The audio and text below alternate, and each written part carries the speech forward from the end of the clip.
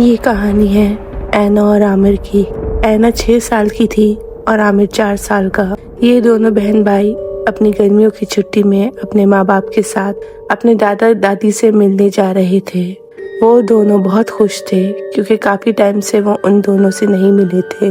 लेकिन जब वो वहाँ पहुँचे तो गांव में एक अजीब सा सन्नाटा था। ऐसा लग रहा था कि वहाँ कोई है ही नहीं। हालांकि उस गांव में बहुत रौनक रहती थी। उन लोगों को बहुत अजीब लगा।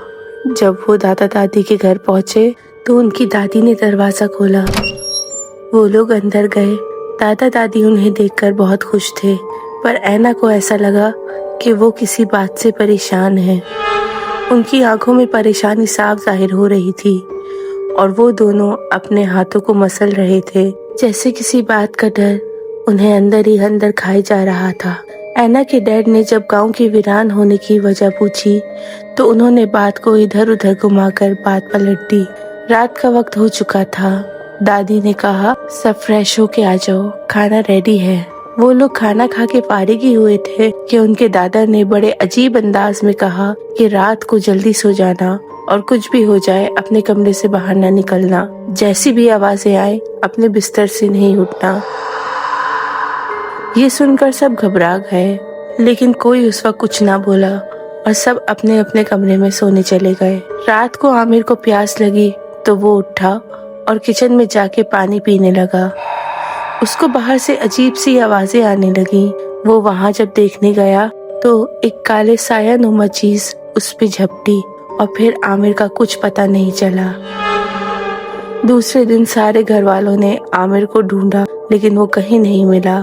उसके दादा ने कहा कि मैंने बोला था ना, रात को कोई बाहर ना निकले। इस पे ऐना के डैड ने उससे पूछा कि आखिर बात क्या है, आप ऐसा क्यों कह रहे हैं? तो उनके दादा ने सबको बताया कि कुछ टाइम पहले तक इस गांव में सब ठीक था, लेकिन यहाँ एक औरत आई। उसके आने के बाद से गांव के लोग गायब होने लगे। पुलिस ने पता लगाया तो पता चला कि वो औरत जवान दिखने के लिए लोगों का खून पीती थी। जब लोगों को पता चला तो सब लोगों ने उसको मिलकर जला दिया। सबको लगा कि ये मामला थम जाएगा, लेकिन उस औरत की रूह ने यहाँ के लोगों का पीछा नहीं छोड़ा और सबको एक एक करके मारने लगी। ये सुनकर आमिर के मॉम डैड बहुत परेशान हो गए और वो एक बार फिर आमिर को ढूंढने के लिए निकलने लगे। लेकिन वो जैसे ही मुड़े उन्होंने देखा कि आमिर खुद चलता हुआ उनकी तरफ आ रहा था। वो था तो आमिर, लेकिन वो बहुत अजीब सा दिख रहा था। उसकी पूरी बॉडी ठंडी थी और उसकी आंखें बिल्कुल काली थीं। सब ने सोचा कि ये डर की वजह से ऐसा हो गया है। सब ने उसको सुला दिया और ऐना के मॉम डैड ने उसी रात वहां से निकलने का सोचा। सब ने रात को अपना सामान पैक किया और नीचे आ गए। आमिर के डैड जब आमिर के रूम में गए तो वो वहां नहीं था। वो बहुत परेशान होकर हर कमरे में आमिर को ढूंढने लगे और जब वो दादा दादी के कमरे में गए तो उनके होश उड़ गए। बेड पे दादा दादी की बेजान लाश पड़ी हुई थी और आमिर उनका खून पी रहा था। आमिर ने अपने डैड को देखते ही उन पर हमला कर दिया। वो सब आमिर से छुपने लगे और आमिर हाथ में छुरा लेके उनको आवाजें देने लगा। उसका अंदाज बहुत ही खौफनाक था। उस घर में शोर सुनकर वहां के गांव वालों ने एक तांत्रिक को बुलाया।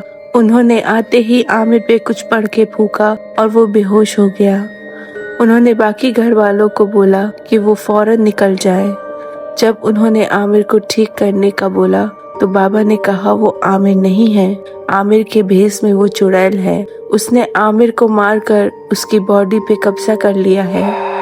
ये सुनकर उनके घर वालों का बुरा हाल हो गया, लेकिन उन्होंने हिम्मत की और अपनी जान बचाने के लिए उस घर से बाहर निकल गए और गाड़ी में बैठकर अपने शहर की तरफ रवाना हो गए। वो बच तो गए, लेकिन उन्होंने अपने प्यारे घर वालों को खो दिया। ये सदमा वो कभी नहीं भूल पाएंगे।